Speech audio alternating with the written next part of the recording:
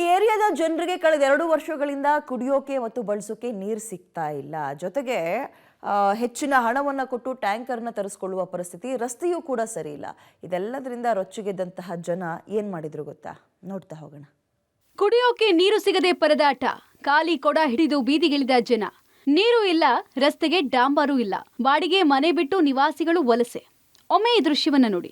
ಹಲವು ವರ್ಷದಿಂದ ಇವರಿಗೆ ಕುಡಿಯೋಕೆ ನೀರು ಸಿಗ್ತಾ ಇಲ್ಲ, ನಡೆದಾಡೋಕೆ ನೆಟ್ಟಿಗೆ ರಸ್ತೆ ಇಲ್ಲ.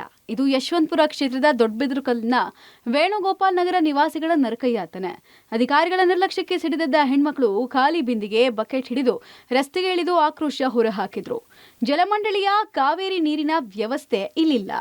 ಬಿಬಿಎಂಪಿಯ ಸಿಎಂಸಿ ನೀರು ಕೂಡ ಬರ್ತಾ ಇಲ್ಲ. ನೀರಿನ ದಾಹ ನೀಗಿಸಿಕೊಳ್ಳೋಕೆ ದುಪ್ಪಟ್ಟು ಹಣ ಕೊಟ್ಟು ಖಾಸಗಿ ಟ್ಯಾಂಕರ್ಗಳಿಂದ ನೀರು ಖರೀದಿ ಮಾಡ್ತಿದ್ದಾರೆ ಇಲ್ಲಿನ ಜನ. ಈ ಏರಿಯಾದ ಸಮಸ್ಯೆಗಳ ಬಗ್ಗೆ ಸ್ಥಳೀಯ ಶಾಸಕರಿಗೆ, ಸ್ಥಳೀಯ ನಾಯಕರಿಗೆ ಕೇಳಿದ್ರೆ, ನಮ್ಗೆ ನೀವು ವೋಟ್ ಹಾಕಿಲ್ಲ, ನಿಮ್ಗೆ ಯಾಕೆ ರೋಡು ನೀರು ಕೊಡಬೇಕು ಅಂತ ಹೇಳ್ತಾ ಇದ್ದಾರಂತೆ. ಇನ್ನು ಅಧಿಕಾರಿಗಳು ಕೂಡ ಇತ್ತ ಕಡೆ ಮುಖ ಮಾಡ್ತಾ ಇಲ್ಲ ಅಂತ ಸ್ಥಳೀಯರು ಆರೋಪಿಸಿದ್ದಾರೆ. ಯಶವಂತಪುರ ಕಾನ್ಸ್ಟಿಟ್ಯೂನ್ಸಿ ಎಲೆಕ್ಷನ್ ಬಂದಾಗ ಮಾತ್ರ ದೇವಮೂಲೆ ಅಂತ ಈ ಗಣಪತಿ ದೇವಸ್ಥಾನದಲ್ಲಿ ಪೂಜೆ ಮಾಡಿ ಹೋದರು. ರಿಪೀಟ್ ಯಾರು ಈ ಕಡೆ ಬರ್ತಾ ಇಲ್ಲ. ಒಂದು 2-3 ತಿಂಗಳಿಂದ ಮೂರನೇ ಕ್ರಾಸಿಂದ ಆ ಕಡೆ ಪೂರ್ತಿ ರೋಡಿಗೆ ಟಾರ್ ಹಾಕಿದ್ದಾರೆ, ಈ ಕಡೆ ಹಾಕಿಲ್ಲ.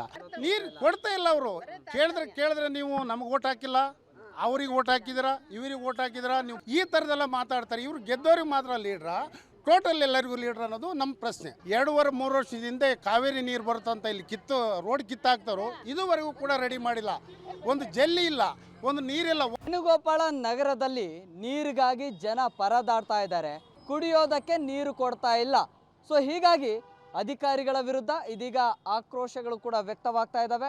ಗಮನಿಸ್ತಾ ಇದ್ದೀರಿ, ಈಗ ಇಡೀ ಏರಿಯಾದ ಜನ ಈಗ ಒಂದಾಗಿದ್ದಾರೆ. ಈಗ ಅಧಿಕಾರಿಗಳ ವಿರುದ್ಧ ಆಕ್ರೋಶವನ್ನು ಕೂಡ ಹೊರಹಾಕ್ತಾ ಇದ್ದಾರೆ. ಕೇವಲ ನೀರು ಮಾತ್ರ ಅಲ್ಲ, ರಸ್ತೆಯ ವ್ಯವಸ್ಥೆಯು ಕೂಡ ಅಧ್ವಾನ ಆಗಿದೆ.